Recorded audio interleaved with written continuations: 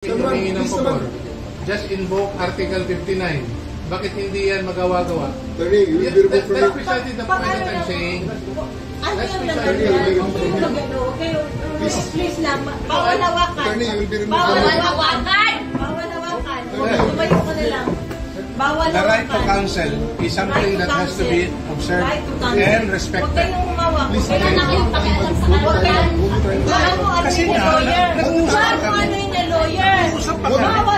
Nag-uusap pa kami. Huwag mo hawakan yung lawyer. Huwag mo hawakan. Nag-uusap pa kami. Huwag mo hawakan. Nag-uusap pa kami. Attorney, please Huwag mo hawakan. Is this what you want, Mr. President? Huwag mo hawakan. Time lang eh. Kayo mga Huwag mo hawakan yung nanay ko! Ang ina mo!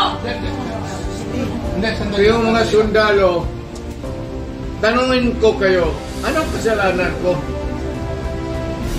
Matanong nga.